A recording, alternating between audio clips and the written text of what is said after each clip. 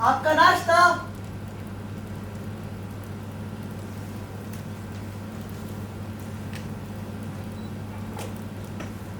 मेरी किताबों को मत छेड़ना।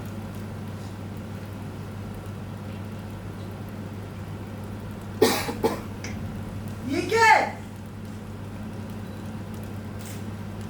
ये टॉलमी मॉडल ये दिखाता है कि कैसे पृथ्वी ब्रह्मांड का केंद्र है और सूरज तारे चांद इसके चक्कर लगाते हैं। कैसे? आओ देखो। ये बीच में एक छोटा सा पत्थर है। ये पृथ्वी है। इसे कड़ियों से जोड़ा हुआ है। कितनी? 8। इन्हें क्रिस्टल स्फीयर कहते हैं। इनसे कुछ बोल पते हैं। ये तारे हैं। इनमें कुछ चिड़िया लगी हुई है। क्या लिखा है? तारों के नाम जैसे जैसे सबसे नीचे चंद्रमा, उसके ऊपर सूरज। अब सूरज को घुमा दो। ओहो, मजेदार। लेकिन ये काफी संकीर्ण है मिस्टर गैलीलियो। जब मैंने ये पहली बार किया था तो मुझे भी ऐसा लगा था। कुछ लोगों को लगता है ये सही है। 2000 साल से लोग ये मानते आए हैं कि सूरज और ब्रह्मांड के सारे तारे पृथ्वी का चक्कर लगाते हैं। तो पुरोहित, राजा, रंग, चिश्ती, दर्जी और साधु संत सब लोग यही मानते आए हैं कि वो तटस्थ है। अब इस क्रिस्टल स्फीयर में पर हमें से बाहर निकले। गुजरा जमाना गुजर चुका है, अब नया दौर है। काफी कुछ बदला है पिछले 100 सालों में। हालांकि अब भी हम प्लेग और अंधविश्वास से जूझ रहे हैं। और अब हम कहते हैं जरूरी नहीं जो जैसा हो रहा है वो वैसा ही होता रहेगा। और ये तब शुरू हुआ जब हम समंदर में जहाज भेजने लगे। एक अजीब सी ललक है चीजों की वजह जानने की। हर रोज कुछ ना कुछ नया हो रहा है। पर अभी बहुत होना बाकी है, बहुत कुछ करना बाकी है। हजारों साल से जहां क्षमता और विश्वास का राज था, अचानक से शक कर गया। लोग बोल रहे हैं हाँ ठीक है, किताब में लिखा है, लेकिन आप नाश्ता कर लीजिए।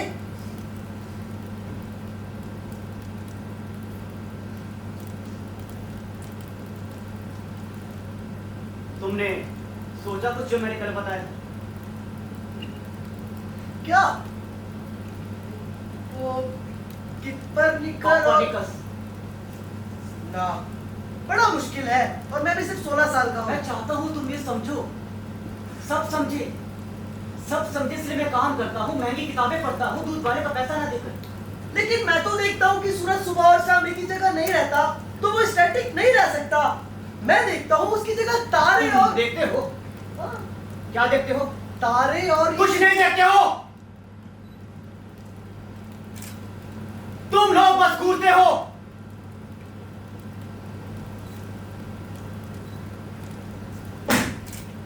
रगड़ दिया।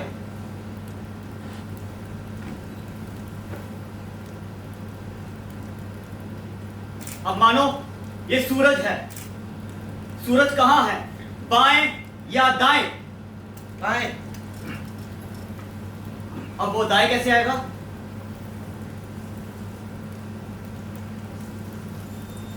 जब हम उसको उठाकर दाएं रखेंगे। कोई और तरीका नहीं है?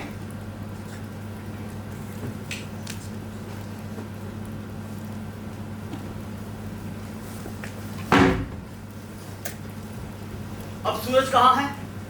दाएं। क्या वो अपनी जगह से हिला? नहीं। तो किसने अपनी जगह बदली? मैंने। बेवकूफ कुर्सी ने! पर उस पे मैं था। कुर्सी पे थी, तुम उस पे हो। मिस्टर गैलीलियो, आप मेरे बेटे से क्या करवा रहे हैं? मैं उसे देखना सिखा रहा था मेरी साथी।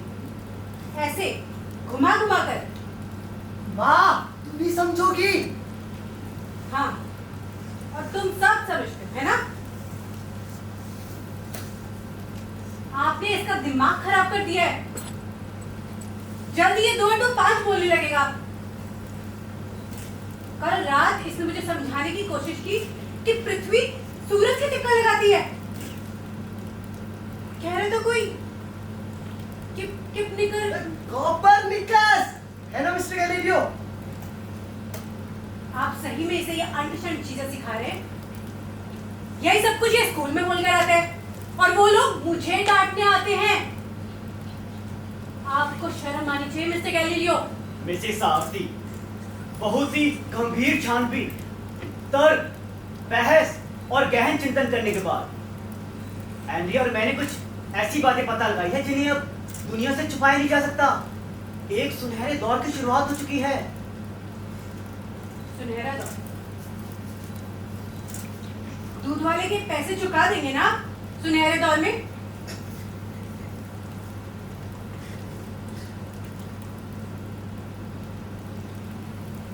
बाहर एक लड़का आया है, अच्छे घर का लगता है, पढ़ना चाहता है आपसे।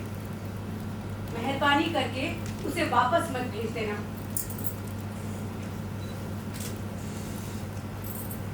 नाश्ता तो करने दो।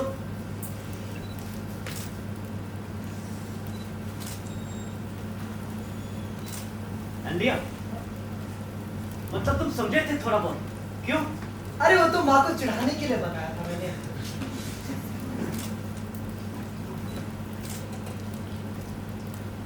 Sir, Ludovico मर्सिली।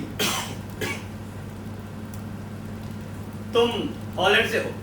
जी हाँ, जहाँ मैंने आपके बारे में बहुत सुना। कैंपेगना में तुम्हारी पुश्तैनी जमीन है। मेरी माँ चाहती है कि मैं बाहर निकलूं और देखूं दुनिया में क्या चल रहा है। और तुम्हें बताया गया इटली में मैं चल रहा हूँ? क्योंकि माँ ने बोला आप जैसे महान वैज्ञानिक 10 कोड़िए अकेले पढ़ने के। ठीक है, मेरा साइंस बहुत 15 स्कूटी। एंड्रिया, ठीक। हाँ हाँ। तुम्हारी छुट्टी। तुम फीस तो देते नहीं हो।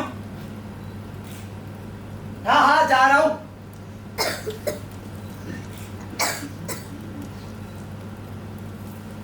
मेरे साथ आपको थोड़ा धीरज रखना होगा मिस्टर गैलीलियो। साइंस में हर चीज उल्टी पुल्टी है। जैसे एम्स्टर्डम में आजकल एक अजीब सी दूरबीन बेच रहे हैं। एक हरे रंग का पाइप है और 2 लेंस, एक कॉनकेव एक कॉन्वेक्स। अब इन दोनों लेंस को मिलकर एक दूसरे के प्रभाव को खत्म कर देना चाहिए, लेकिन ऐसा नहीं होता। जब इनमें देखते हैं तो दूर वाली चीजें 5 गुना बड़ी दिखती है। क्या दिखता है 5 गुना? स्टीपल्स, कबूतर, कुछ भी तुमने जो देखा है दूर कुछ? हो। हाँ, तुमने कहा कि ट्यूब में 2 लेंस लगे हैं। ऐसे? ठीक ऐसे। और ये चीज कितनी पुरानी है? कुछ हुए होंगे 20-25 दिन। साइंस पढ़कर क्या करोगे? और बहुत कुछ है पढ़ने को। माँ कहती है हर कोई साइंस खा पी रहा है, इसमें नुकसान थोड़ी ना है। थियोलॉजी पढ़ लो, आसान है।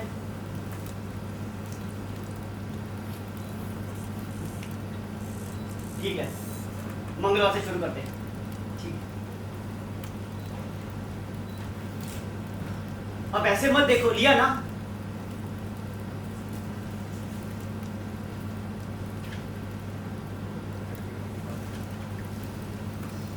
प्रोक्यूरेटर आए हैं यूनिवर्सिटी से। ये घर है? ये चिड़ियाघर? भेजिए, शायद 500 स्कूटी मिल जाए। फिर अलग से मुझे बच्चों को नहीं पढ़ाना होगा।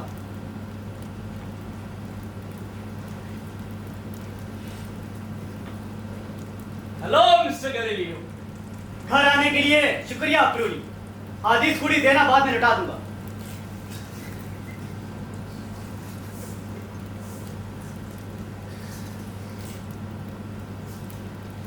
मिसेस आरती, एंडिया को जरा चश्मे वाले के पास भेजकर एड्रेस मंगवा लीजिए।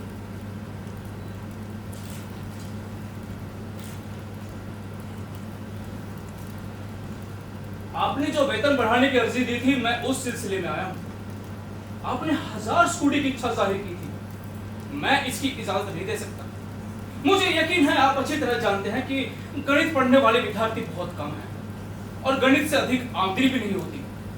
ऐसा नहीं है कि हमें इसकी कदर नहीं है, पर शायद ये फिलोसफी जितना जरूरी नहीं है। और फिर भी बुद्धिजीवी वर्ग को इसमें बड़ा लुत्फ मिलता है। 500 स्कूटी से मेरा गुजारा नहीं होता। मिस्टर गैलीली, हफ्ते में 2 घंटे के 2 लेक्चर्स, बस इतना ही तो करते हैं आप। इसके अलावा आपके पास अलग से सर बहुत ज्यादा आते हैं। मेरा सारा समय पढ़ाने में निकल जाता है। मैं खुद कब सीखूंगा? मैं आपके फिलोसोफर जितना समझदार नहीं, मैं बेवकूफ हूं। मुझे हर चीज बहुत देर से समझ आती है। बहुत कुछ पढ़ना है, समझना है, उसके लिए वक्त चाहिए जो मुझे नहीं मिलता। बड़ी से बड़ी कुत्ती के हल के बजाय हमारे पास बस परिकल्पना है, जो काफी नहीं, हमें प्रमाण ढूंढने होंगे। और वो कैसे पूरा होगा? अगर मुझे हर पैसे देने वाले बेवकूफ को 2 और 2 चार्ज समझाना होगा अपना घर चलाने के लिए। पादवा बाकी रजवाड़ों जितना वेतन नहीं देता मिस्टर गैलीली, लेकिन मत भूलिए यहाँ आपको अनुसंधान की पूरी आजादी है। यहाँ तो हम प्रोटेस्टेंट्स को भी दाखिला देते हैं, उन्हें डॉक्टरेट भी दे देते हैं। आप जानते हैं हमारे पास प्रमाण है कि मिस्टर क्रीमोनिटी ने भड़काऊ स्पीच दी थी, पर क्या हमने उन्हें इंक्विजिशन के हवाले किया? नहीं, उनका वेतन तक बढ़ा दिया गया। यहाँ इंक्विजिशन का कोई बस नहीं चलता। और ये बात आपके जैसे खगोल शास्त्री के लिए मायने रखनी चाहिए, खासकर तब जब चर्च के नियमों की अवहेलना काफी बढ़ गई है। आपने गियोडानो ब्रूनो को रोमन इंक्विजिशन का सौंप किया था क्योंकि उसने कोपरनिकस का समर्थन किया था। इसलिए नहीं कि उसने कोपरनिकस का समर्थन किया था, हालांकि वो भी गलत ही था, पर इसलिए कि वो वेनिस का नागरिक नहीं था और पादुआ यूनिवर्सिटी के लिए काम नहीं करता था। आपका ये अनुसंधान की आजादी की रक्षा अच्छा व्यवसाय है ना? आपको अच्छे प्रोफेसर बहुत सस्ते में मिल जाते हैं क्योंकि आप उन्हें बार बार याद दिलाते हैं।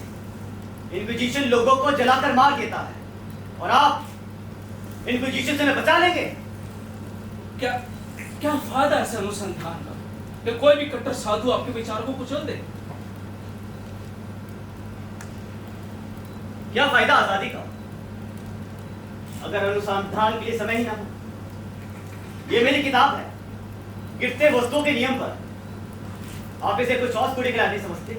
मिस्टर गैलीली, ये उससे कहीं ज्यादा है। बस 500 स्कूटी ज्यादा चाहिए। तो फिर आपको कुछ अलग करना होगा, कुछ अनोखा आविष्कार, जैसे आपने वो कंपास बनाया था, जिसे वो लोग भी इस्तेमाल कर सकते हैं जिन्हें गणित का कोई ज्ञान नहीं। उससे सीधी लकीर खींची जा सकती है, ब्याज से लेकर तौप के गोलों तक का वजन भी पता लगाया जा सकता है। झाड़ फूस जिसने यहां लोगों को हैरान कर दिया। यूनिवर्सिटी में इतना मुनाफा हुआ, आप उसे झाड़ फूस बोल रहे हैं?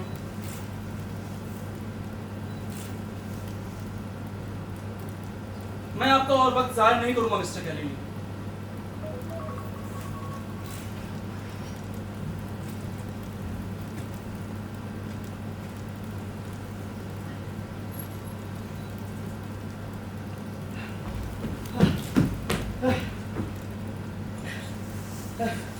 आधी स्कूटी काफी नहीं थी, मुझे अपनी जैकेट गिरवी रखनी पड़ी।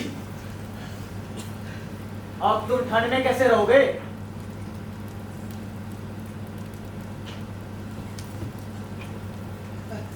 मिस्टर गैलीलियो, मैं भी आपकी तरह साइंटिस्ट बनना चाहता हूँ। जरूर बनोगे। ये देखो। अरे बाप रे, यहाँ से तो हर चीज बड़ी दिखाई दे रही है। यहाँ से तो चर्च का गेट भी दिखाई दे रहा है। 500 स्कूटी पक्के एंड्रिया।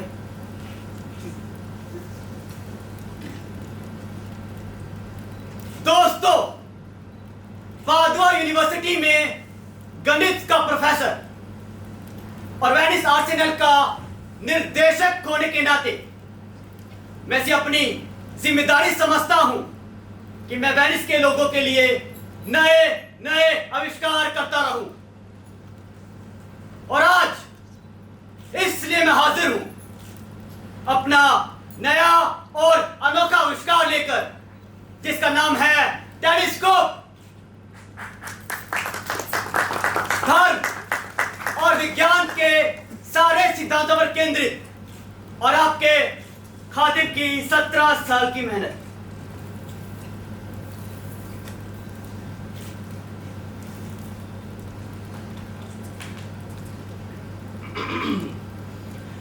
ऑगस्ट सिग्नोरिया, आज एक बार फिर मानव इतिहास का सुनहरा अध्याय वेनिस की स्याही से लिखा जा रहा है। विश्व प्रसिद्ध स्कॉलर मिस्टर गैलीलियो गैलीली आज आपको, सिर्फ आपको दिखा रहे हैं अपना अद्भुत आविष्कार, जिसका नाम है टेलीस्कोप, जिसे ना सिर्फ आप बना सकते हैं दोस्तों, बल्कि उसका व्यापार भी कर सकते हैं। अब जरा सोचिए, युद्ध के समय शत्रु की शक्ति और तादाद की झलक इस यंत्र द्वारा हमें कम से कम 2 घंटे पहले मिल सकती है, जिससे कि हम अपनी रणनीति बना सकते हैं उन्हें परास्त करने की। और अब मैं बहुत देर ना करते हुए गुजारिश करूंगा गैलीलियो की सुशील सुपुत्री वर्जीनिया से कि वो अपने पिता की महानता को प्रमाणित करने वाला आविष्कार हम सभी के बीच में लेकर आए।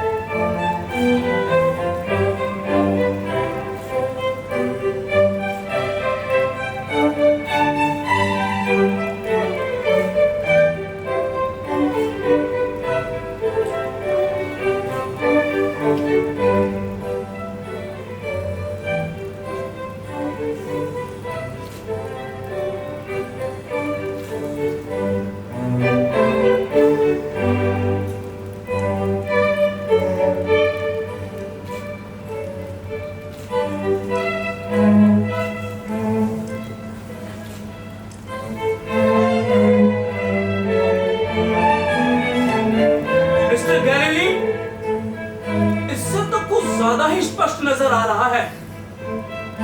हमें लोगों के छत पर नहाने पर प्रतिबंध लगाना होगा।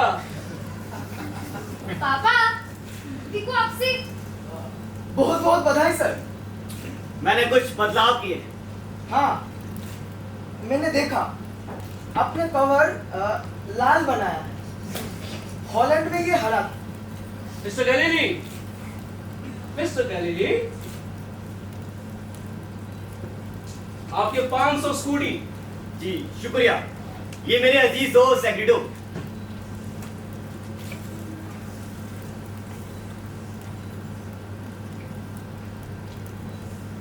मैंने सब ठीक से किया ना?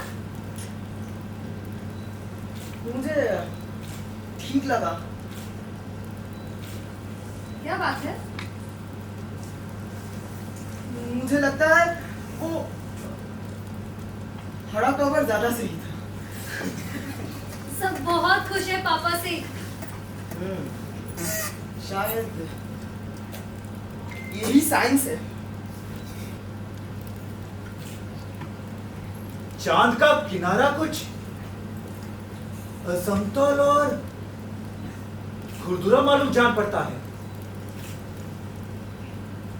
और चमकीले हिस्से पर कुछ काले और प्रकाश में बिंदु नजर आ रहे हैं। एक के बाद एक इन बिंदुओं का प्रकाश फैलता हुआ सा लगता है। तुम्हारे हिसाब से ये प्रकाश में बिंदु क्या है? कुछ समझ नहीं आ रहा, पर ये नामुमकिन है। पर ऐसा है सैगिडो, ये बिंदु पहाड़ है, विशालकाय पहाड़ जिसके शिखर पर उगते सूरज का प्रकाश है और आसपास की ढलान पर अंधेरा, ठीक जैसा हम पहाड़ पर देखते हैं। पर ये पिछले 2000 सालों के खगोल शास्त्र के खिलाफ है। चांद एक सेलेस्टियल बॉडी है और सेलेस्टियल बॉडी बिल्कुल परफेक्ट होनी चाहिए। ये जो तुम देख रहे हो, उसको देखने वाले अभी तक सिर्फ तुम और मैं हैं। पर चांद पर पृथ्वी जैसे पहाड़ और वादियां नहीं हो सकती। चांद पर पृथ्वी की तरह पहाड़ और वादियां हो सकती है, इसमें कोई विशेष बात नहीं। ध्यान से देखो, क्या चांद का काला हिस्सा पूरी तरह से काला है? नहीं, हल्की सी रोशनी दिखाई दे रही है। ये रोशनी कहां से आई? पता नहीं। पृथ्वी से। बकवास। पृथ्वी जिसमें जंगल, पहाड़ और नदियां हैं, वो चांद को अपनी रोशनी कैसे दे सकता है? ठीक वैसे जैसे चांद हमें रोशनी देता है, क्योंकि चांद और पृथ्वी दोनों अपनी रोशनी सूरज से पाते हैं। जैसे चांद हमें दिखता है, वैसे ही चांद से पृथ्वी दिखती है। मतलब कि चांद और पृथ्वी में कोई अंतर नहीं? शायद नहीं। 10 साल पहले रोम में एक आदमी को जलाकर मार दिया था। गियोर्डानो ब्रूनो नाम था उसका। वो भी यही कहता था। हाँ, लेकिन अब हम इस चीज को देख सकते हैं। पृथ्वी और स्वर्ग में कोई अंतर नहीं है सैगिडो। 10 जनवरी 1616 नोट कर लो डायरी में, स्वर्ग अब खत्म हुआ। ये बहुत खतरनाक है। मैंने कुछ और भी पता लगा है, और भी ज्यादा दिलचस्प। प्रोक्यूरेटर आए हैं।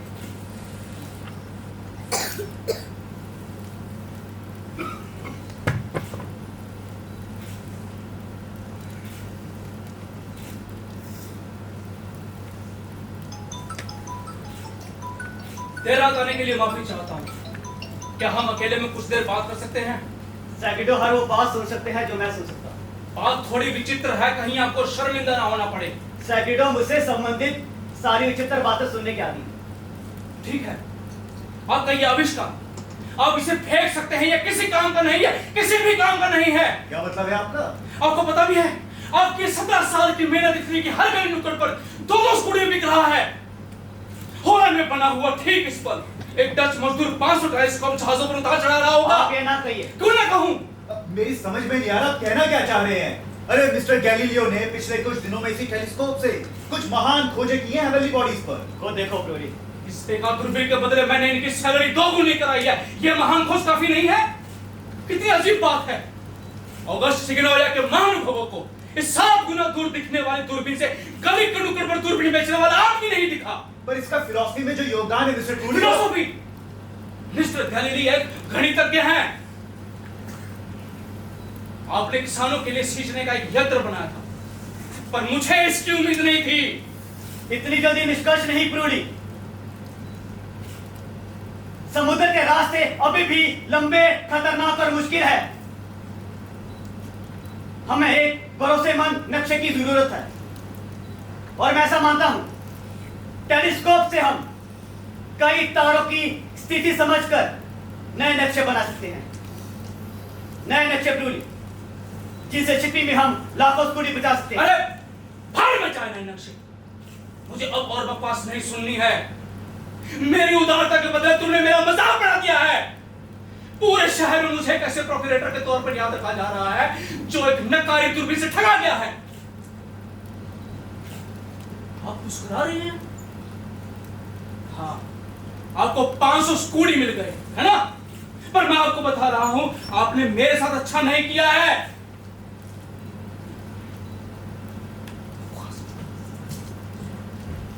उससे भी कितना भोला लगता है यार। तुम्हें पहले से पता था ये हॉलैंड में मौजूद है? हाँ, लेकिन जो मैंने उन बाबू लोगों के लिए बनाया है वो कहीं ज्यादा अच्छा है। सैगिडो, मुझे अपना घर भी चलाना है ना। मैं काम कैसे करूंगा अगर हर समय दरवाजे पर कोई तकाजा करता रहेगा? वर्जीनिया के लिए नए कपड़े लेनी है, अपने लिए किताबें लेनी है, अच्छा खाना पसंद है मुझे। क्या बेहुदा जमाना है जिंदगी जीने के लिए, फिर मुझे अपने पुराने उधार भी चुकाने हैं ना। जाने दे सब, आओ एक और चीज से खत्म। मुझे डर लग रहा है। तुम्हें पता है ओरायन कॉन्स्टेलेशन में ही 500 तारे हैं। तारों के आगे और भी कई अनगिनत जहां हैं। तारों के परे और भी कई अनगिनत तारे हैं जिसके बारे में ब्रूनो बात किया करता था। उसने इन्हें देखा नहीं था, पर वो जानता था कि वो वहां होंगे। गैलीलियो, एक पल के लिए अगर मैं तुम्हारी बात मान भी लूं, इससे कॉपरनिकस का ये सिद्धांत कि पृथ्वी सूरज के चक्कर लगाती है सिद्ध नहीं हो जाता है। कोई भी तारा दूसरे तारे के चक्कर नहीं लगाता है। हाँ, लेकिन चांद पृथ्वी के चक्कर लगाती है क्योंकि पृथ्वी विशेष है, बहुत विशेष। सैगिडो, मैं भी इसे सोच रहा हूं। देखो जुपिटर, अब इसके आसपास 4 छोटे तारे हैं जो केवल टेलीस्कोप से देख सकते हैं। सोमवार को मैंने उन्हें देखा था, पर मैंने उन्हें कोई खास ध्यान नहीं दिया। पर कल मैंने उन्हें फिर से देखा। मेरा यकीन मानो उनकी पोजीशन बदल गई।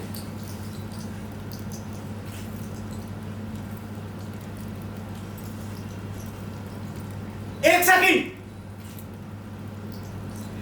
ये क्या दिख रहा है? वो 4 टेस्ट सेकंडों, देखो, जल्दी देखो।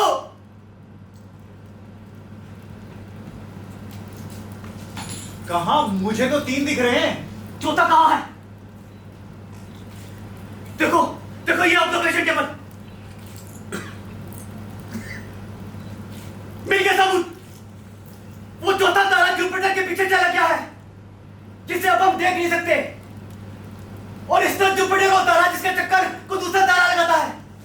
और इस पे क्रिस्टल स्फेयर कहां जिस पे जुपिटर टंगा रहता बताओ है? तो कहां है? जुपिटर कैसे किसी चीज से टंगा रह सकता है अगर कोई तारा उसके चक्कर लगाता है तो? आसमान को किसी ने नहीं बांधेगा सैगिडो, और ब्रह्मांड को किसी ने नहीं थाम रखा। तुम बहुत ज्यादा सोच रहे हो, शांत हो जाओ। ये शांत होने का समय नहीं है।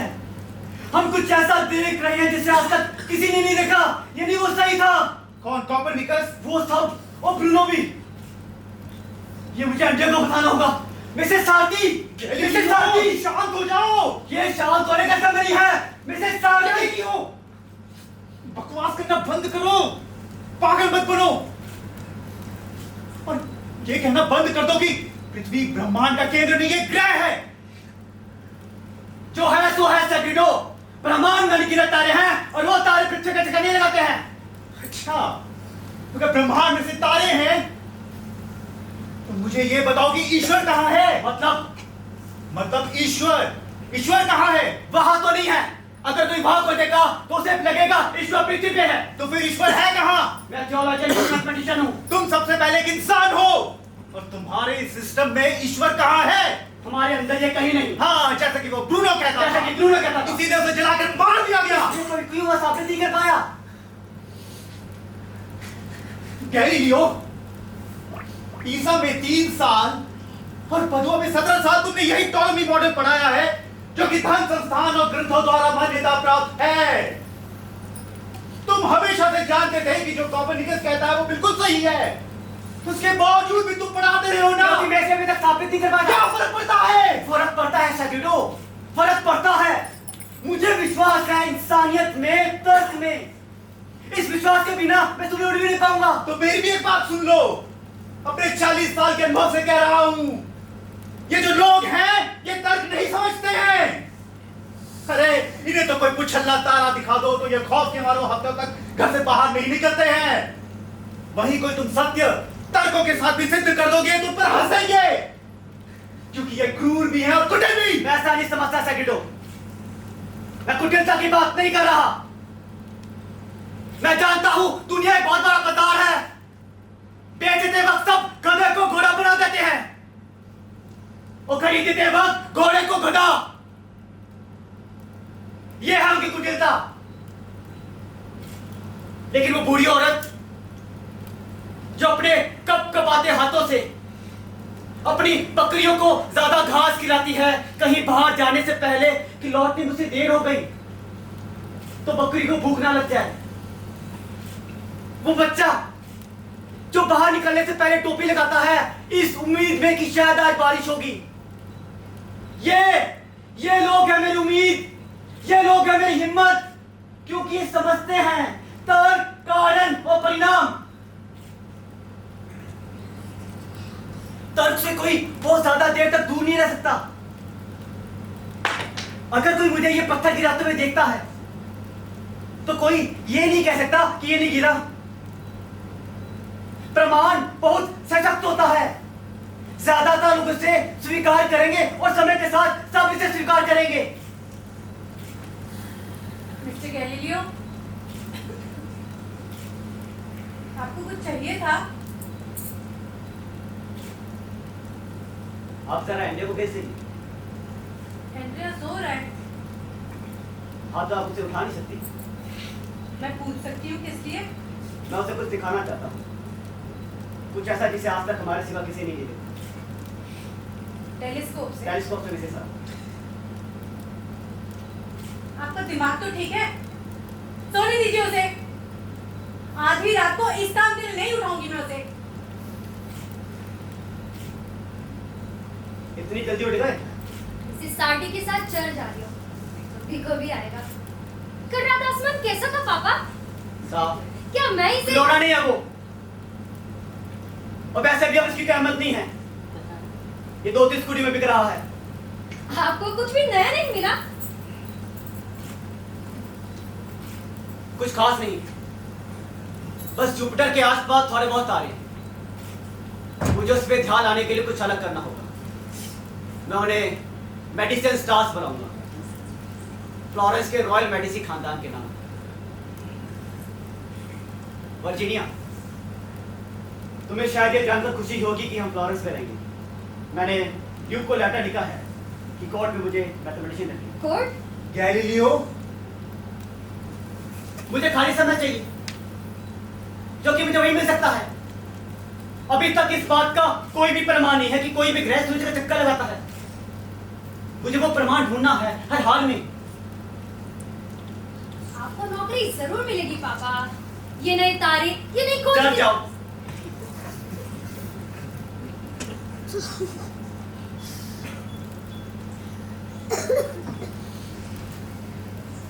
गैलीलियो, तुम्हें फ्लोरेंस नहीं जाना चाहिए।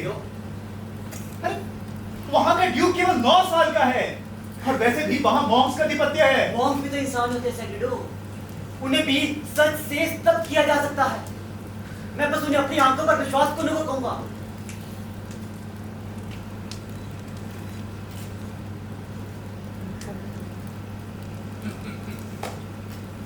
फ्लोरेंस कोर्ट के बेहद बुद्धिजीवी महानुभाव लॉर्ड एंटोनी में मेरे तरफ स्वागत है। मैं शुक्रगुजार हूं महामहिम प्रिंस मेडिसी ने मुझे ना सिर्फ अपना खातिन बनाया बल्कि आपको मेरे पास भेजा मेरी नई खोजों के बारे में उससे बात करने के लिए। फ्लोरेंस में आपका स्वागत है मिस्टर गैलीलियो। प्रिंस मेडिसी तो खुद यहाँ आना चाहते थे आपसे मिलने के लिए। ट्यूशन्स होने के कारण ना आ सके। मैं समझ सकता हूं, जैसा कि आप जानते हैं टॉर्मिक सिस्टम के हिसाब से तारों की मूवमेंट बहुत जटिल है। जैसे कि वीनस कुछ इस तरह मूव करता है, पर इससे वीनस की स्थिति का पता लगाना बहुत कठिन है। इसके अलावा कुछ मूवमेंट्स ऐसी है जो एटॉमिक सिस्टम से समझी भी नहीं जा सकती। जैसे कि जुपिटर के पास मेरे कुछ तारे खुले। आप तैयार है तो हम मेडिसिन स्टार्स को पढ़ सकते हैं। मुझे डर है कि ये इतना आसान नहीं होगा। इससे पहले कि हम आपकी प्रसिद्ध दूरबीन से देखें, हमारे लिए ये जानना बहुत जरूरी है कि क्या ये तारे मुमकिन है। मुझे लगा आगे खुद टेलीस्कोप से देख के पता लगा। जरूर, मगर आप तो जानते हैं कि बुजुर्गों की राय में कोई भी तारा पृथ्वी के सिवा किसी और तारे का चक्कर नहीं लगा सकता। जी, तो एक फिलोसोफर होने के नाते मैं ये जानना चाहूंगा कि क्या ये तारे जरूरी हैं? क्या आप ऐसे नामुमकिन और गैर जरूरी तारों को अपनी आंखों से नहीं देखना चाहेंगे? मिस्टर गैलीली, अगर कोई यंत्र कुछ ऐसा दिखाए जो मुमकिन ही नहीं,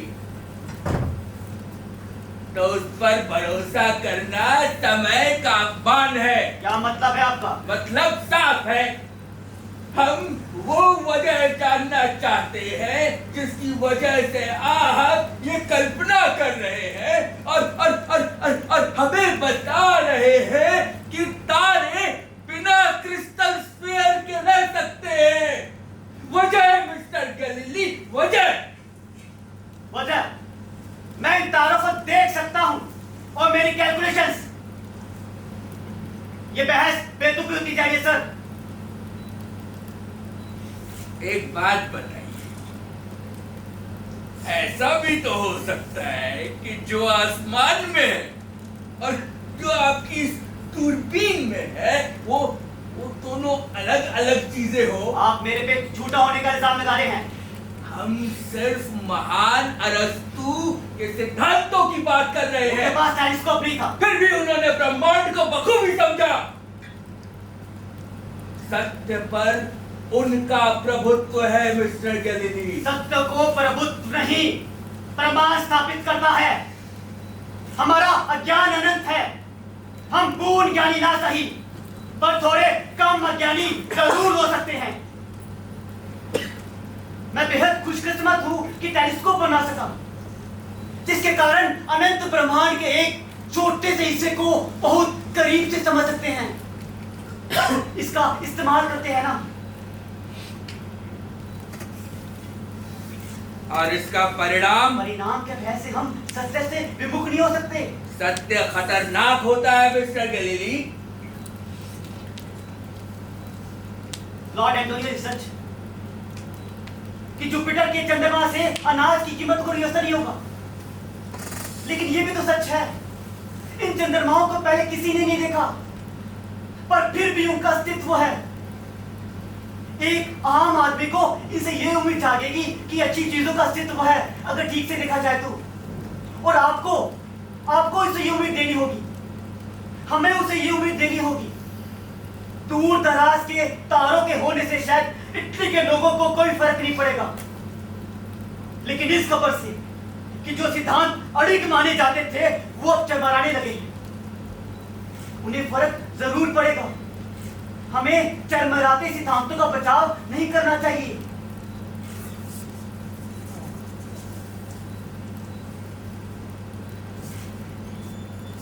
देर हो रही है, चलना होगा।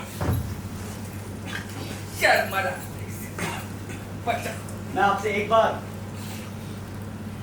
टेलीस्कोप से देखने की दरख्वास्त कर रहा हूं।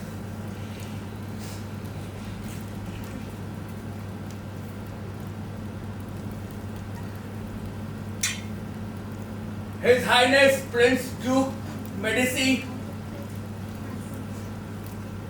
आपकी बातों पर इटली के महान एस्ट्रोनॉमर फादर क्रिस्टोफर क्लेवियस से विचार करेंगे। शर्मराते से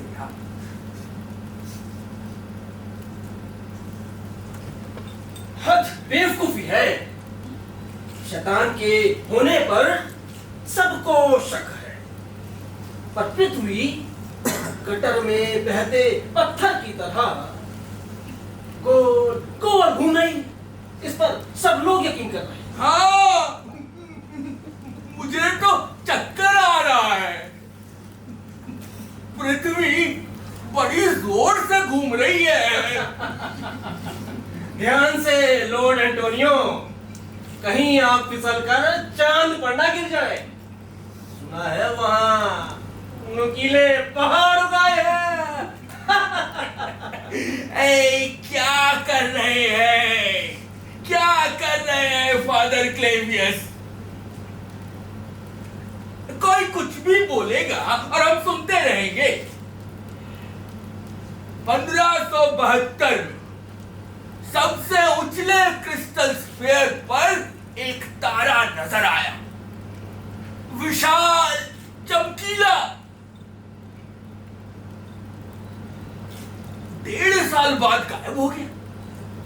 अब ये तो कोई वजह नहीं ब्रह्मांड को परिवर्तनशील मानने की। ये लोग पूरा ब्रह्मांड तहस नहस करने पर तुले।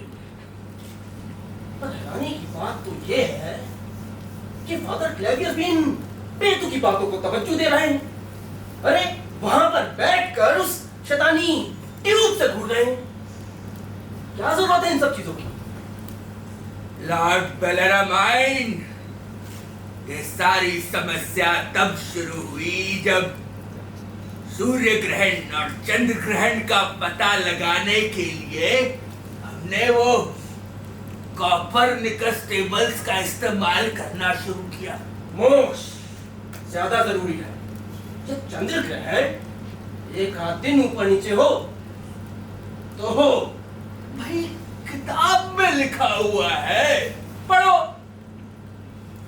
ऐ सूरज, तुम गिबियोन पर रुको, रुको, रुको।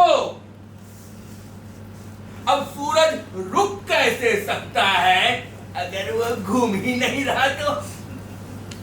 क्या क्या क्या किताब में गलत लिखा है? नहीं, बिल्कुल नहीं। अरे कुछ चीजें हैं थोड़ी अच्छी, लेकिन इसका मतलब ये तो नहीं कि इंसान हर चीज को समझने की कोशिश करे। आज कहते हैं कि आसमान और जमीन एक है, कल कहेंगे आदमी और जानवर एक है। मिस्टर गैलीली, आपकी कोई चीज गिर गई। गिरी कहा लॉर्ड एंटोनियो, ये तो उठी है। कहाँ है वो? मैंने सुना किसी गैलीलियो ने इंसान को ब्रह्मांड के केंद्र से उठाकर किनारे फेंक दिया। इंसानियत का दुश्मन। बच्चा बच्चा जानता है मनुष्य परम पिता परमेश्वर की सर्वोच्च और सर्वश्रेष्ठ कृति है। क्या वो अपने सर्वोच्च प्रयास को दूर किसी ऐसे पत्थर पर फेंकता जो घूमती रहती है? क्या वो अपने बेटे को ऐसी जगह भेजता? क्या लोग इतना गिर सकते हैं कि गणित के चंद सूत्रों के गुलाम बन जाएं? ऐसे आदमी को तो जिंदा नहीं। आप हैं मिस्टर गैलीलियो।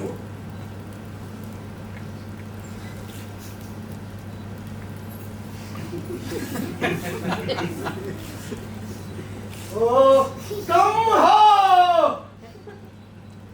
ठीक ब्रूनो की तरह दिखते हो। पता है ना उसके साथ क्या हुआ था? तुम जिस धरती का खाते हो उसी का अपमान करते हो। मैं ये हरगिज बर्दाश्त नहीं करूंगा, समझे तुम?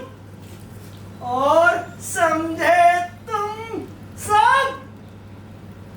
मैं इस विश्वास के साथ इस धरती पे सीधा खड़ा होता हूँ कि यह ब्रह्मांड का केंद्र है।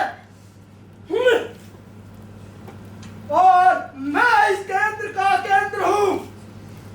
परम पिता परमेश्वर की नजर मुझ पर और सिर्फ मुझ पर है।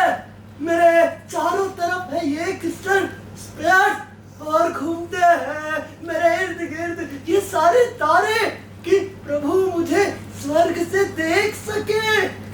हर चीज मुझसे है, हर चीज मेरे लिए है। मैं मनुष्य ईश्वर की सर्वोत्कृति, ब्रह्मांड का केंद्र, ईश्वर का।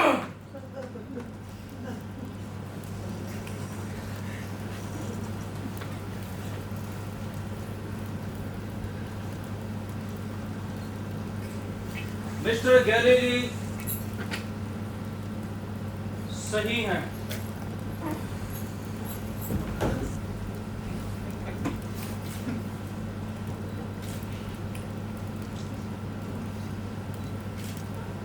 बधाई हो mister Galilei.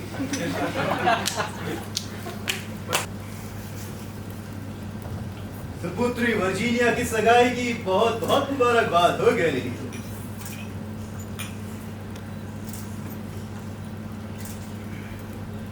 Mister Ludovico Marseille उन्हें बहुत खुश रखेंगे। अब तो आप निश्चिंत होकर काम कर सकते हैं मिस्टर गैलीलियो। कार्डिनल बारबेरेनी और कार्डिनल बेलारमाइन, शुभकामनाओं के लिए धन्यवाद। मैं सचमुच ईश्वर का आभारी हूँ कि मुझे आपके जैसे दोस्त मिले।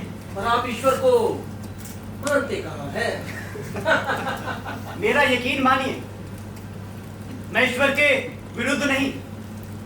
ये सारी पढ़ाई लिखाई, तर्क वितर्क थ्योरीज, ये सब शायद तरीका है समझने का कि ईश्वर ने ये दुनिया कैसी बनाई। मैं बस ये चाहता हूं कि मैं जब ऊपर जाऊं और प्रभु सबको बैठाकर जब ये नियम पढ़ा रहे तो किसी एक नियम पर मैं विनम्रता से उठूं और बोलूं, ये मुझे पहले से पता है।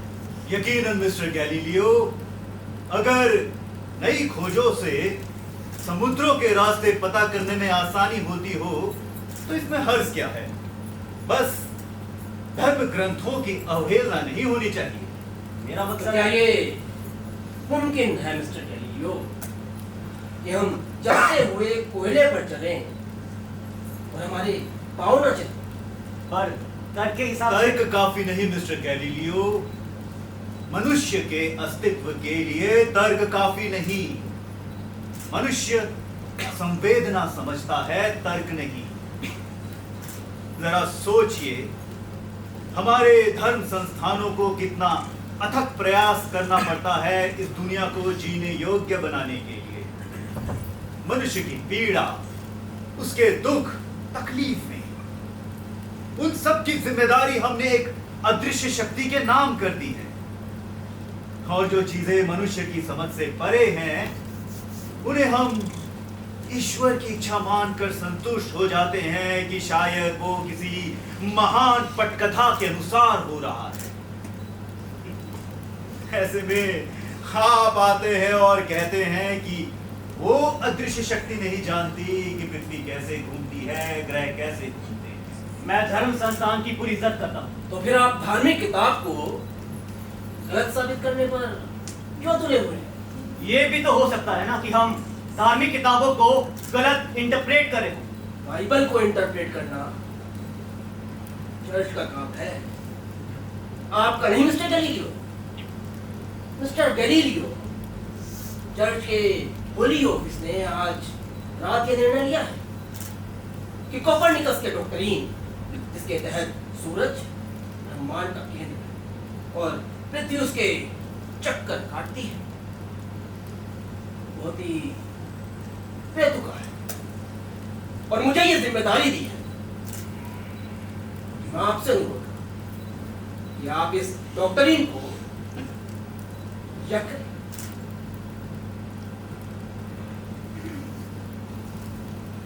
मतलब वही जो आप समझ रहे हैं मिस्टर गैलीलियो।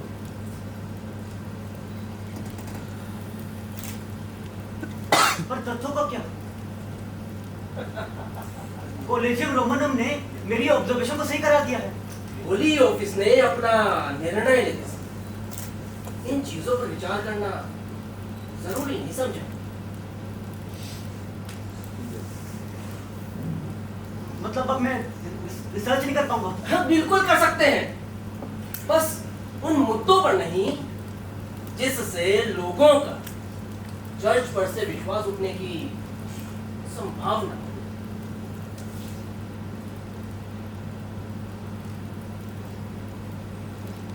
मिस्टर गैलीलियो,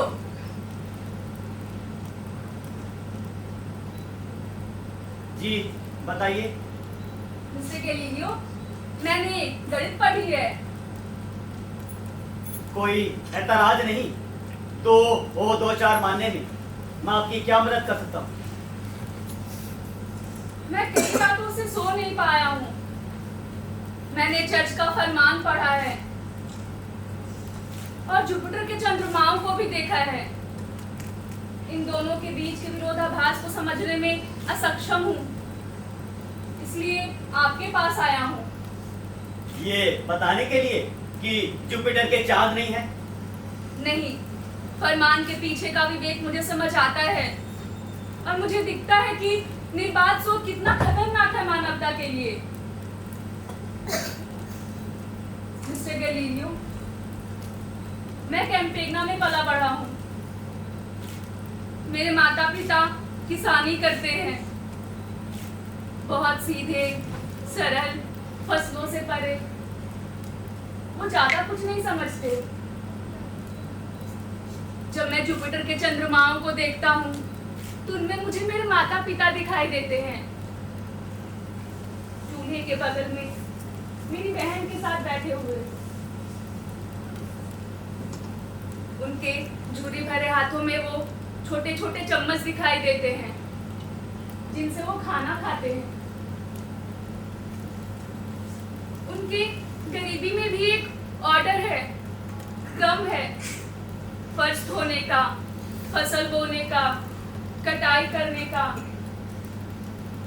आपदाओं में भी एक निश्चिंता है, जो चीज उन्हें दिन रात खून पसीना बहाते हुए टोकरे उठाने की हिम्मत देती है, बच्चे पालने की और यहाँ तक कि खुद खाना खाने की हिम्मत देती है।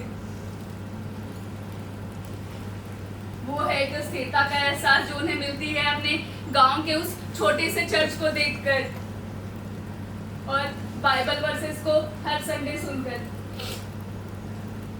उन्हें इस बात का यकीन है कि उनका ईश्वर उन्हें देख रहा है, उन्हें खोज रहा है इस विशाल से रंगमंच पर जिसे उनके ईश्वर ने खुद अपने हाथों से सजाया है।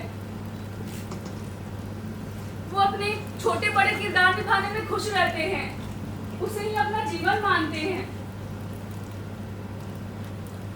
मेरे माता पिता बहन सब लोग, इनको कैसा लगेगा जब मैं इनको ये बताऊंगा कि वो पत्थर से बने इस टुकड़े पर खोखले अंतरिक्ष में किसी और ग्रह की तरह घूम रहे हैं। उनके विश्वास का क्या होगा? उनके धैर्य, उनकी व्यवस्था में जो महान वजह नजर आती है उसका क्या होगा? जो धर्म ग्रंथ उनके दुख, दर्द, खून, पसीना, भूख, गरीबी में उनकी हिम्मत बनती है, किस काम के रहेंगे अगर हम उसमें भी गलतियां खोजेंगे? अब मैं उनकी आंखों को उनकी कदमों की तरह डगमगाता देखता हूँ। मैं देखता हूँ कि वो ठगा सा महसूस करते हैं। अब वो मजबूर हो जाएंगे ये मानने पर कि उन्हें कोई ईश्वर नहीं देखता। अपने इस मजबूर मजलूम बुढ़ापे में अपना ख्याल खुद रखना होगा।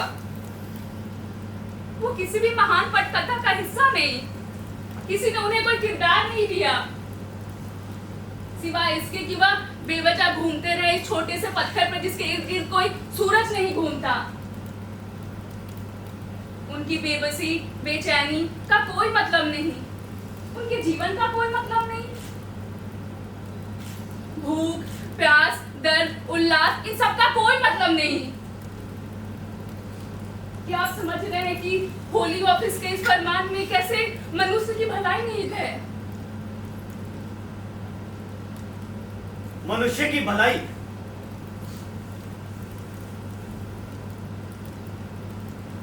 तुम्हारा मतलब है कि अगर कहीं कुछ नहीं बचा तो सब अंधकार में घुटने टेक दें? पर क्यों कहीं कुछ नहीं बचा? क्यों देश में न्याय नहीं है जबकि सारी तादाद कानून की किताब से भरी पड़ी है? क्या हम सिर्फ इसलिए पैदा हुए हैं कि काम करते करते मर जाएं? क्यों वो पृथ्वी को केंद्र में नचाते हैं ताकि सेंट पीटर केंद्र का केंद्र बना रहे? तुम बिल्कुल सही हो। सवाल पृथ्वी, सूरज, तारे, चांद का नहीं, सवाल कैंपेगना में किसानों का है। हम हमेशा बेबसी में ही नैतिकता को ढूंढते हैं। कैंपेगना के किसान खुश होंगे, समृद्ध होंगे तो उन्हें उसमें भी नैतिकता मिल सकती है ना। और समृद्ध तब होंगे जब नए विचार, नई टेक्निक को अपनाएंगे। मैं उनके लिए पंप्स की प्रणाली नहीं बना सकता। अगर मुझे सबसे बड़ी यंत्र प्रणाली को ही समझने से रोक दिया जाएगा, हेवनली बॉडीज का घूमना, बुद्धिजीवों की वजह से 2 और 2 4 का सत्ता दिन बदल जाएगा ना। पर सत्य हमारे बिना सार्थक तो रहेगा ना? नहीं, सत्य तब सार्थक होगा जब हम उसके अस्तित्व को स्वीकार करेंगे। तर्क की जीत तब होगी जब तर्क से बात करने वाले लोग जीतेंगे। कैंपेगना के किसान अगर अपनी सोच विचार से ऊपर नहीं उठे तो दुनिया का कोई भी पंप सिस्टम उनके जीवन को नहीं सुधार पाएगा। मुझे तुम्हारे लोगों का दिव्य धैर्य दिखता है, लेकिन उनका दिव्य क्रोध कहां है? वो थक चुके हैं। तुमने विज्ञान पढ़ा है ना? इस रत्ती में तुम्हें लहरों के उठने की वजह मिलेगी, लेकिन इसे पढ़ना मत। सुना तुमने? पढ़ना शुरू भी कर दिया।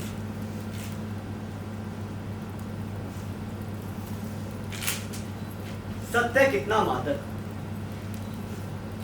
इसे कोई बहुत ज्यादा देर तक दूर नहीं रह सकता। कभी कभी मैं सोचता हूं मैं खुशी खुशी जमीन के नीचे गिर जाऊंगा अगर कोई उसके बदले मुझे बस ये बता दे कि प्रकाश क्या है। पर मुझे चैन तभी मिलेगा जब मैं ये सबको जाकर बता दूं, एक प्रेमी की तरह, एक शराबी की तरह, एक मुखबिर की तरह। शायद ये मुश्किल है, पर देखना है मैं ये कब तक कर पाऊंगा। मुझे कुछ समझ नहीं आ रहा। मैं बताऊंगा ना। ये डिजाइन ठीक है ना? मेरे को टेबल क्लॉथ बहुत पसंद है। काफी बड़े बड़े लोग आते हैं उसके यहाँ। मैंने सुना है रूबिको की माँ को मिस्टर गैलीलियो की किताबों से काफी नाराजगी है। पहले थी, पर अब उस समय से पापा ने कोई किताब नहीं लिखी है। तुम्हारी सगाई को 7 साल हो चुके हैं वर्जीनिया। ये बात मुझसे बेहतर कौन समझेगा? तुम्हें डर नहीं लगता? रूबिको पर भरोसा है मुझे। वो चीजें बिखरने नहीं देगा। वर्जीनिया, मेरी बच्ची, मुझे तुम्हारी चिंता है। तुम्हारे पिता अपने काम में इतना व्यस्त रहते हैं कि वो शायद इस बात को नहीं समझते। अगर मेरी कोई बेटी होती तो तुम्हारी उम्र की होती। तो क्या मैं तुम्हारी बेटी नहीं हूँ? हो, तुम तो उससे बढ़कर हो मेरे लिए। और इसलिए मैं चाहती हूँ कि तुम किसी अच्छे ज्योतिषी को देखकर अपना हाथ दिखाओ और जानो कि तुम्हारी शादी का सही सही भविष्य क्या है। तुम हंस क्यों रही हो? क्योंकि मैं ज्योतिष से मिला ही हूँ। क्या कहा उसने? अगले 3 महीने थोड़ा ख्याल रखने की जरूरत है। कन्या राशि, कि तुम आ रहे हो? बस गुजर रहा था, सोचा मिलता चलो। कौन? लुडविको। ओहो लुडोविको, कैसे चल रहा सब? सब ठीक है। मिसेस सारथी, सिसिलियन वाइन का जग और ग्लास लेके आई।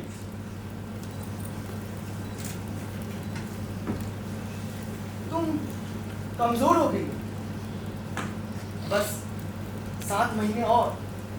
कैंपेगना की हवा तुम्हें जरूर पसंद आएगी।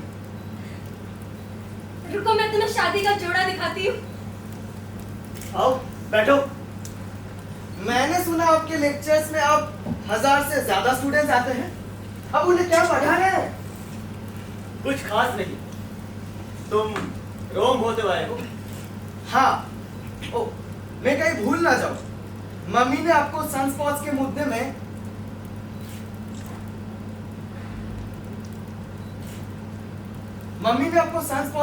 में ना पढ़ने पर बधाई दी है। ये मिसेस मार्सेली का बड़प्पन है। रोम में काफी हलचल है। सनस्पॉट्स की वजह से सब डर रहे हैं कि कहीं वो पुराना पृथ्वी सूरज के चारों ओर वाला गाना फिर से ना शुरू हो जाए। उसकी चिंता मत कीजिए, हम सिर्फ तैरती वस्तु पर काम करते हैं। रोम से और कोई खबर?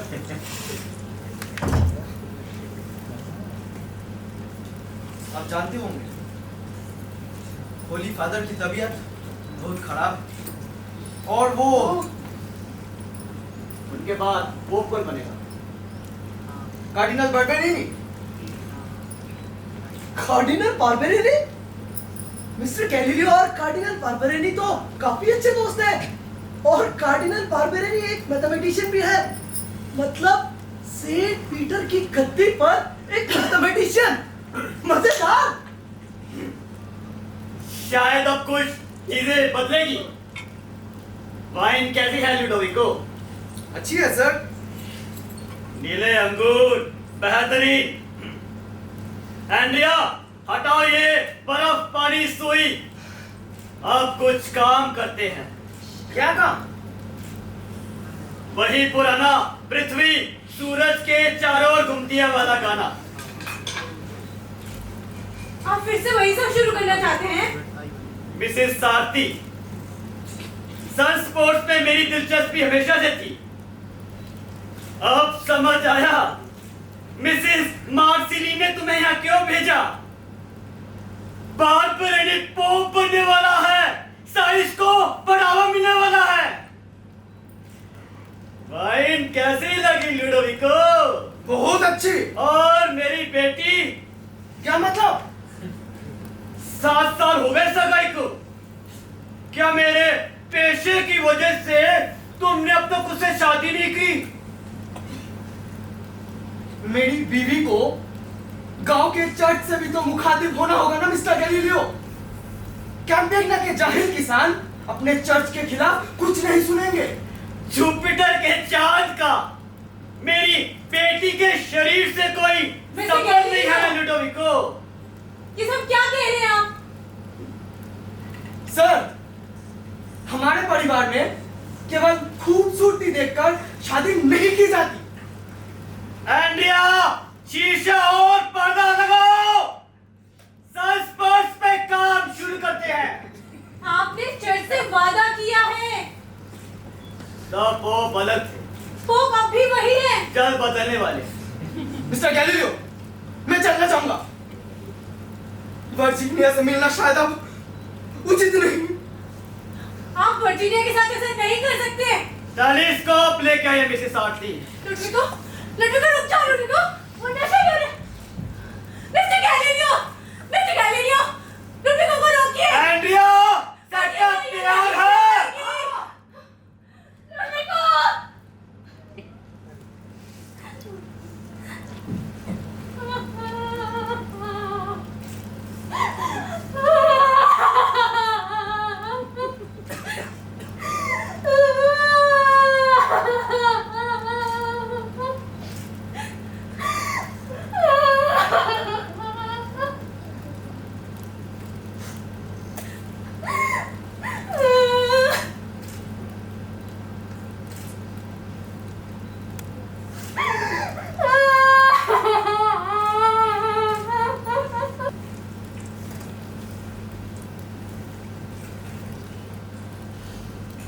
नहीं, बिल्कुल नहीं। तो क्या योर लॉर्डशिप सभी बुद्धिजीवियों, धर्म विशेषज्ञों और आवाम को यह पैगाम देना चाहते हैं कि उनकी पवित्र किताब गलत है? मैं गैलीलियो पर इंक्विजिशन नहीं चला सकता। उनके स्टार चार्ट्स ने हमें काफी फायदा पहुंचाया है। सबको यही लगता है कि ये केवल स्टार चार्ट्स का मामला है, संदेह और विद्रोह का नहीं। लेकिन योर लॉर्डशिप, कार्डिनल इंक्विजिटर होने के नाते ये मेरा दायित्व है कि मैं आपका परिचय वास्तविकता से कराऊं। पूरी दुनिया में एक अजीब सी बेचैनी है और उस बेचैनी को लोगों ने थोप दिया है पृथ्वी के ऊपर। ये लोग कहते हैं कि ये सब ऑब्जर्वेशंस है, पर ये ऑब्जर्वेशंस कहां से आती है योर लॉर्डशिप? संदेह से। ये लोग हर चीज पर संदेह करते हैं। जो है क्यों है, जो नहीं क्यों नहीं। क्या मानव सभ्यता का विकास अब संदेह पर होगा और विश्वास पर नहीं? आप मेरे स्वामी हैं, पर मुझे संदेह है कि आप नहीं हैं। एक ऐसा दौर जिसमें युद्ध, प्लेग और धार्मिक विद्रोह तेजी से फैल रहा है, धर्म संस्थानों पर विश्वास बहुत कम लोगों में सिमट कर रह गया है। पूरे यूरोप में यह अफवाह है कि आप कैथोलिक चर्च को कमजोर कर रहे हैं अपनी उदार युद्ध नीतियों और कला प्रेम के कारण।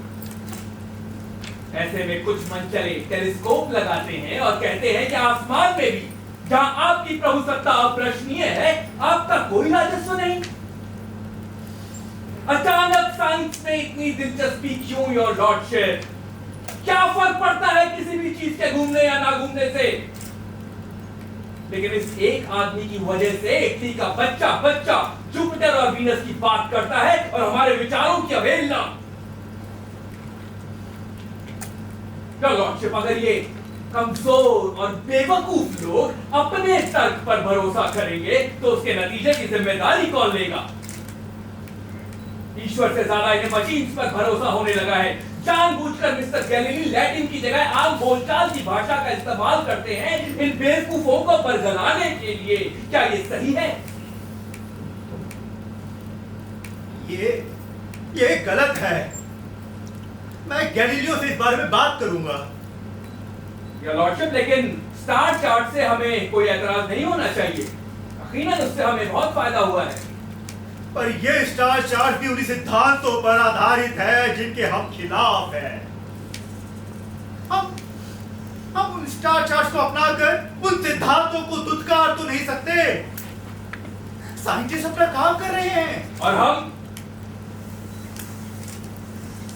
मैं लॉर्डशिप के विज्ञान प्रेम का सम्मान करता हूं, पर इस समय हमारी व्यक्तिगत रुचियों से बढ़कर हमारे पद का दायित्व है। धर्म के स्थान और सम्मान की रक्षा करने के लिए हम सब कटिबद्ध हैं योर लॉर्डशिप। कार्डिनल, गैलीलियो कोई मामूली इंसान नहीं है।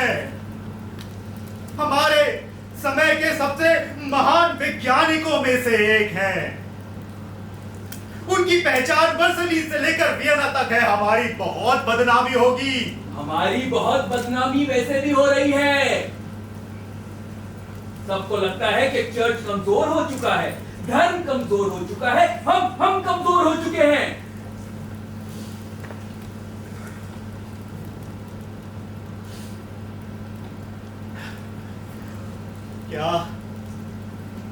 क्या औजारों से बात बनेगी? मिस्टर गैलीली औजार बहुत अच्छे से समझते हैं योर लॉर्डशिप।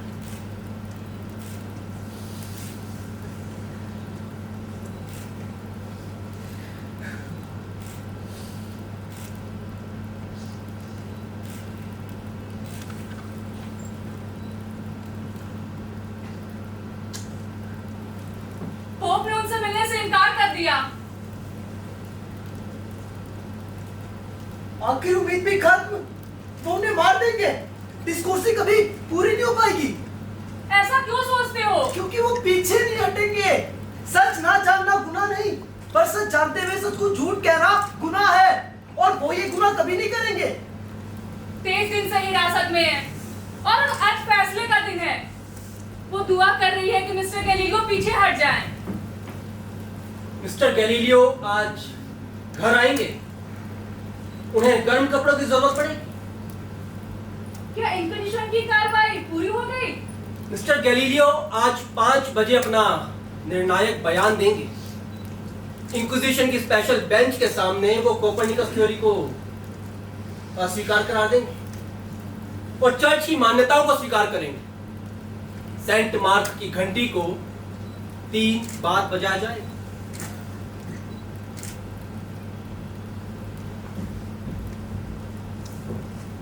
चांद पृथ्वी की ही तरह है, जिसका अपना कोई प्रकाश नहीं। जुपिटर के चारों ओर घूमते हैं उसके 4 चंद्रमा, जो किसी भी क्रिस्टल स्पेस से नहीं बंधे। सूरज स्थिर है ब्रह्मांड के केंद्र में, पृथ्वी स्थिर नहीं, ब्रह्मांड का केंद्र नहीं। और गैलीलियो है वो इंसान जिसने सब सिद्ध किया। एंड्रिया, कोई भी ताकत सिद्ध सत्य को अस्वीकार नहीं करवा सकती। से बर्दाश्त नहीं हो रहा है, सत्य की हत्या हो रही है। हटो जाओ। इतनी जल्दी निष्कर्ष नहीं, और ये उन्होंने ही सिखाया है।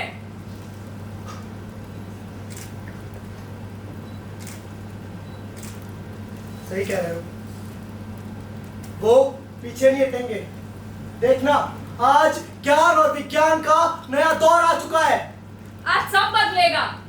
इंसानियत सर उठाकर विज्ञान, प्रमाण और तर्क को स्वीकारेगी, और ये सब होगा क्योंकि सिर्फ एक आदमी झूठ के आगे घुटने टेकने से इनकार कर देगा।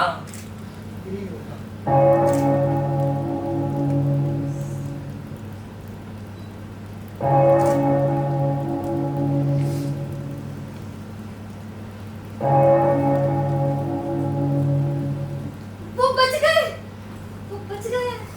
मैं गैलीलियो गैलीली, फ्लोरेंस में मैथमेटिक्स और फिजिक्स का प्रोफेसर, अपने इस विचार को, जिसे मैंने पढ़ाया और सिखाया है कि पृथ्वी ब्रह्मांड का केंद्र नहीं और स्थिर नहीं, और सूरज ब्रह्मांड का केंद्र है और स्थिर है, अस्वीकार करता हूं।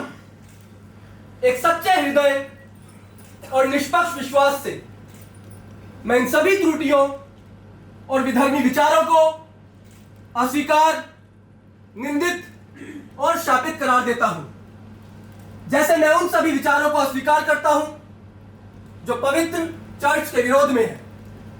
मैं गैलीलियो गैलीली, फ्लोरेंस में मैथमेटिक्स और फिजिक्स का प्रोफेसर, अपने विचार को, जिसे मैंने पढ़ाया और सिखाया है, पृथ्वी ब्रह्मांड का केंद्र है और स्थिर है, और सूरज ब्रह्मांड का केंद्र है और स्थिर है, और स्वीकार करता हूं।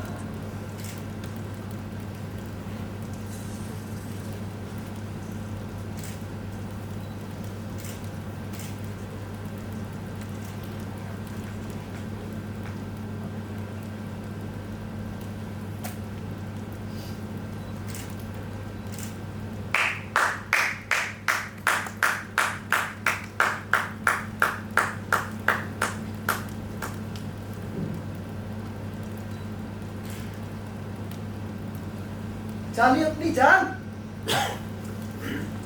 शर्म नहीं आ रही? धिक्कार है आप पे, शर्म कीजिए आप। जी, आप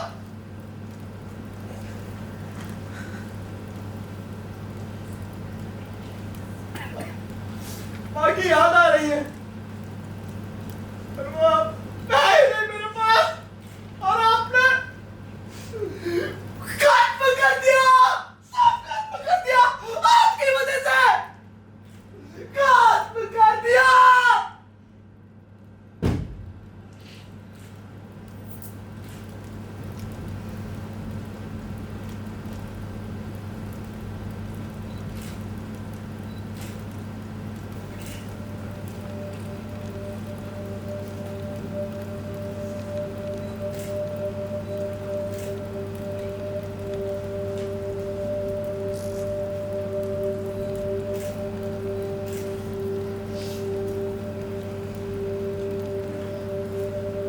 की अमरता। मैं कवि, दुगने प्राणों से भरा, दुर्बल पंखों के सहारे हल्की हवा से नहीं उड़ूंगा। ना ही कोई ललक है धरा को धरे रहने की मुझमें। बिना किसी मोह मैं छोड़ चला जाऊंगा हर शहर बहुत पीछे। मेरी मृत्यु पे जो मरेगा वो मैं नहीं, मैं अपने माता पिता की क्यारी, मैं प्रेयसी जो सुनता हूँ ध्वनि तुम्हारी, अमर। आह देखो, तरतरी होती जा रही एड़ियों के नीचे खाल मेरी, और एड़ियों से ऊपर बन रहा एक हिम श्वेत हंस, एक हिम श्वेत हंस, कंधों पर जिसके है उजले विशाल दृढ़ पंख, सबसे सुरीला हंस, जग प्रसिद्ध हंस। उड़ जाऊंगा सुदूर समुद्र तटों से परे।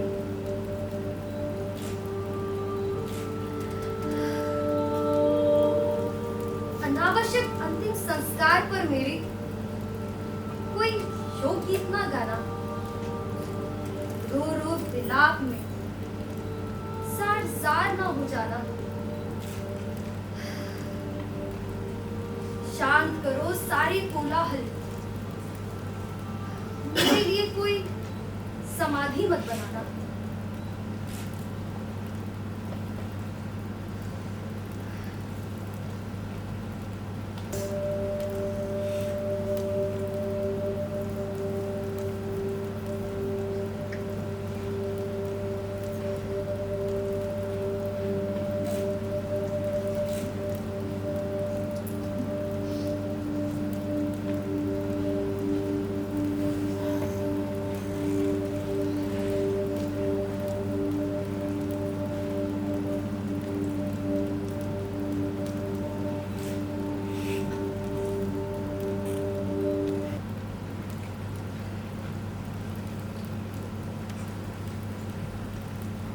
एंड्रिया, इतने सालों बाद कैसे हो तुम? मैं इटली छोड़ रहा हूँ, रात हॉलैंड जा रहा हूँ और मुझे पढ़ाई करनी है। मुझे उनसे मिलने को कहा गया है और उनका हालचाल पूछने को भी। तुम कभी उनसे मिलने ही नहीं आए। एंड्रिया है, हाँ पापा। आने दो।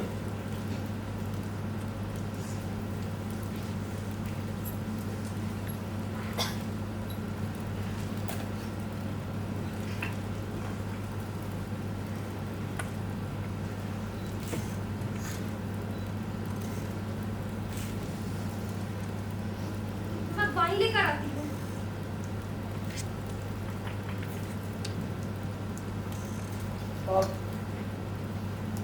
आप कैसे हैं? मेरे पास आओ।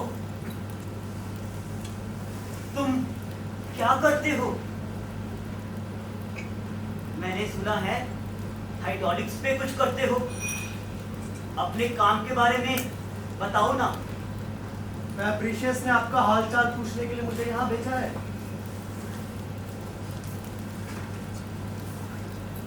मैं ठीक हूँ, मेरा ख्याल रखा जा रहा है।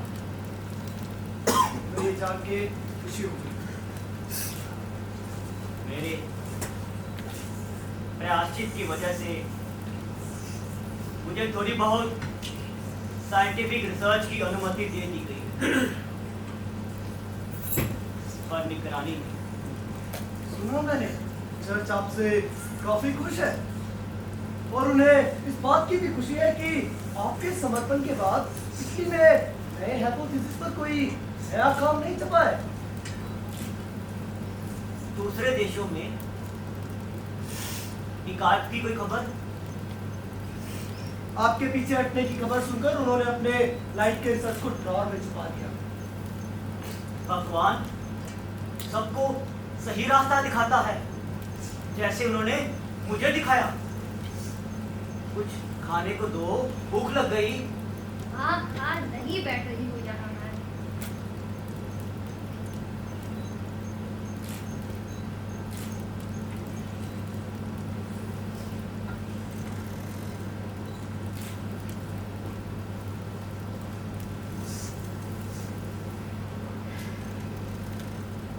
मुझे सुबह जल्दी निकलना है, मैं चलूं?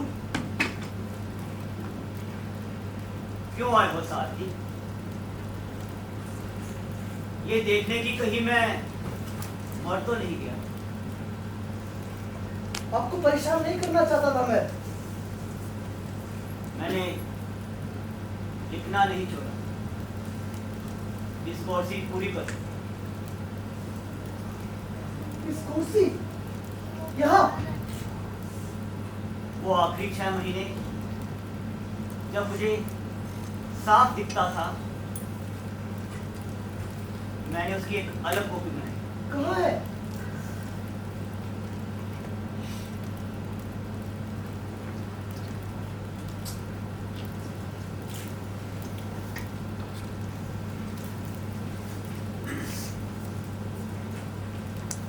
Two new discoveries in science: mechanics and local motion. रख लो, काम आएगी। ये फिजिक्स के लिए एक नई फाउंडेशन है, और मुझे लगा था आपने हमें छोड़ दिया। मैंने बहुत गलत किया। तुम बिल्कुल सही थे। मैंने भी तुम्हें सच बताया, पर खुद उस पर अमल नहीं कर पाया। तो फिर आप पीछे क्यों हटे? डर गया, पीड़ा से। मतलब उन्होंने औजार दिखाए।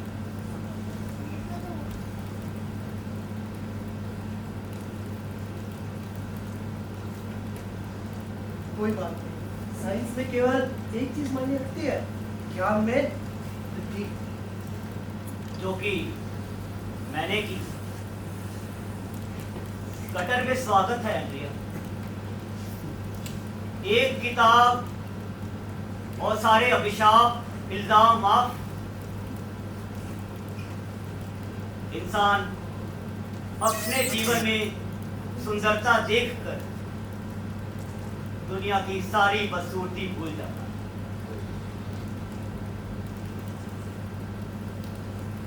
इंसान का साइंस की कमजोरी से कोई वास्ता नहीं। नहीं साथी, अपनी इस हालत में भी कुछ बातें हैं जो मैं तुम्हें बता सकता हूँ, साइंस के बारे में, जिसको तुम अपना सारा जीवन समर्पित करना चाहते हो। अपने खाली समय में, जो कि मेरे पास बेशुमार है, मैंने अपने मुकदमे पे बहुत सोचा है और खुद से पूछा है कि साइंस का समुदाय, जिसको मैं अब खुद को हिस्सा नहीं मानता, मेरे बारे में क्या आया रखे। उनके एक छोटे से व्यापारी को भी बहुत जद्दोजहद करनी पड़ती है अपना काम करने के लिए। उन सारी बाधाओं से गुजरना होता है जो उसे रोकती है काम करने के लिए, पर फिर भी वो हार नहीं मानता। साइंस के रास्ते पे चलने के लिए तो और भी ज्यादा हिम्मत की जरूरत होगी ना। साइंस संदेह से छान कर निकला हुआ ज्ञान है, जिसपे सबका हक है। लेकिन कुछ लोग नहीं चाहते कि ये ज्ञान सबको मिले। वो चाहते हैं अंधविश्वास रहे, ताकि उनकी त्रुटियों पर ध्यान किसी का ना जाए।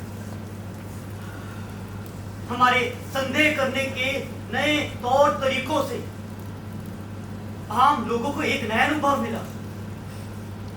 उन्होंने टेलीस्कोप हमारे हाथ से छीनकर अपने राजाओं और जमींदारों पर लगा दिया, पर इसका नतीजा हमें रिश्वत दी गई, धमकाया गया कि हम शांत रहें। पर क्या हम लोगों को पीठ दिखाकर भी साइंटिस्ट बने रह सकते हैं? कितना आसान हो गया है जुपिटर के तारों को समझना, लेकिन शासकों को समझना उतना ही मुश्किल। संदेह से आसमान तो जीता जा सकता है, लेकिन अंधविश्वास से आम आदमी आज भी जूझ रहा है। सारथी साइंस की लड़ाई इन दोनों मुद्दों से है। अगर हम मधुर प्रवचनों और अंधविश्वासों में ही अटके रहे तो कुदरत के उन वरदानों का फायदा कभी नहीं उठा पाएंगे जो साइंस ने हमारे लिए खोजी है।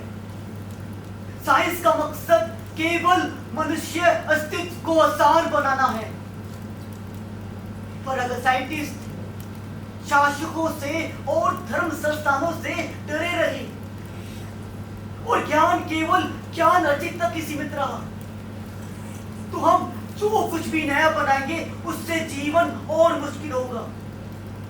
समय के साथ शायद हम सब कुछ समझ ले जो समझने योग्य है, पर हम इंसानियत से दूर होते जाएंगे, इतने दूर कि कोई भी नया आविष्कार एक डरावना सत्य बन के सामने आएगा। ऐसे में एक साइंटिस्ट होने के नाते मेरे पास सुनहरा मौका था। बच्चा जुपिटर की बात करने लग गया था। अगर मैं अड़िग रहता तो उसका प्रभाव बहुत अच्छा हो सकता था,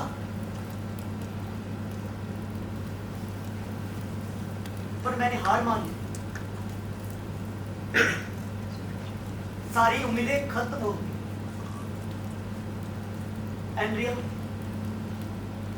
मैं ऐसा मानता हूं मुझे कभी कोई बड़ा खतरा था ही नहीं। कितने लंबे समय तक बहादुरी के साथ मैंने ये लड़ाई लड़ी, पर अंत में घुटने टेक दिए। मैंने साइंस से गद्दारी की और खुद से भी। मेरे जैसे आदमी के लिए साइंस में कोई जगह नहीं। आपकी जगह श्रद्धालुओं में हमेशा है पापा। हाँ, अब मैं खाऊंगा। मेरा हाथ मत पकड़ो। अब तुम साइंटिस्ट हो, मैं इस लायक नहीं।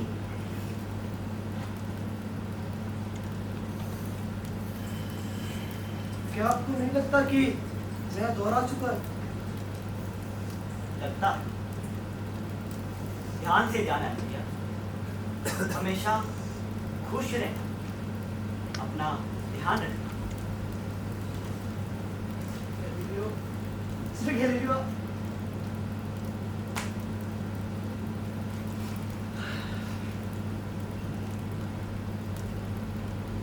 ठीक से जाना एंड्रिया।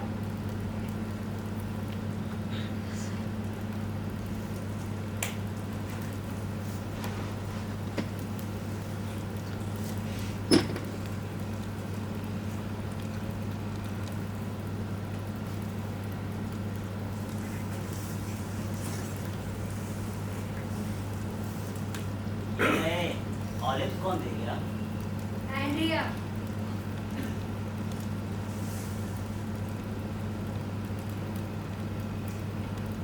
आसमान कैसा है? साफ